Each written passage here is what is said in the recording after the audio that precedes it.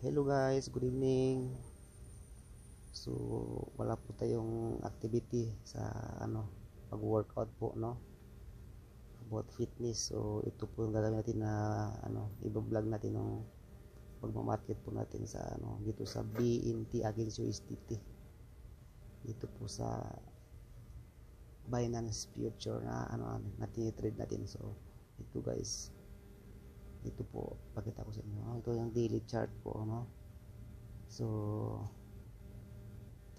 may po tayo diyan, may current po tayo position.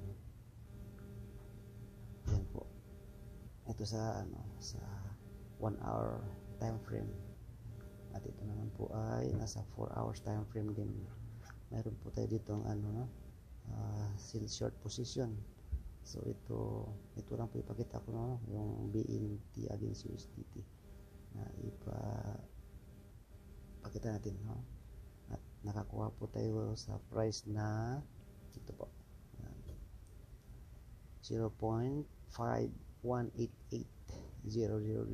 So yan po yung nakuha nating price. So ngayon po nasa siya, kumikita siya ng 9.72%. Ito po yung ROI natin, no?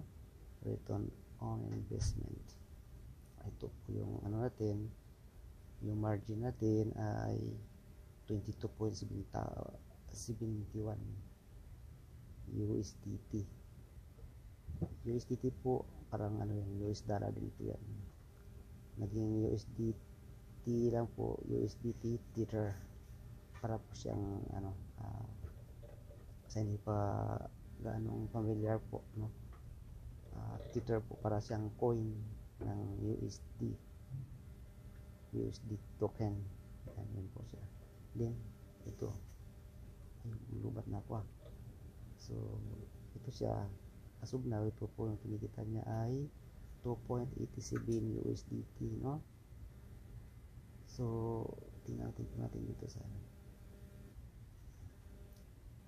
chart natin, dito sa 1 minute natin. Ayun, so bumababa po siya, no?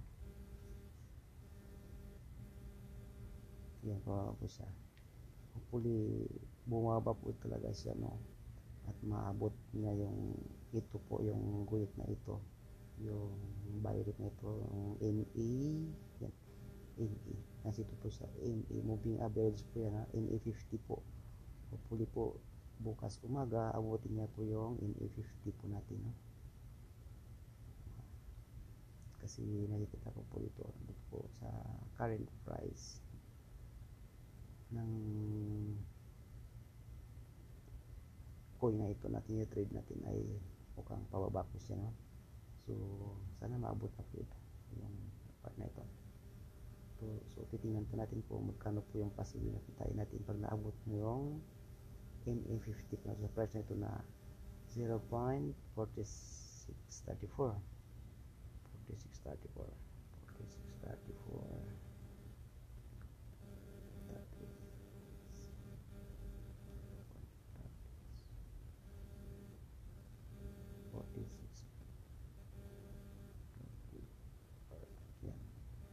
yan.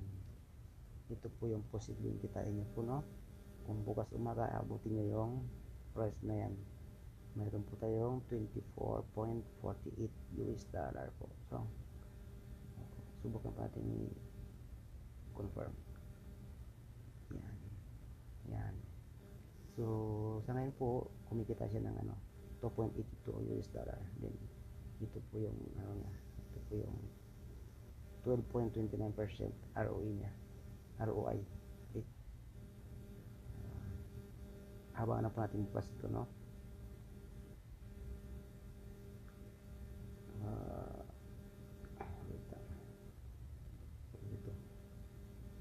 Ito sa ito sa part po na ito, no?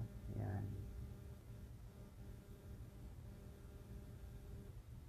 So yun lang guys.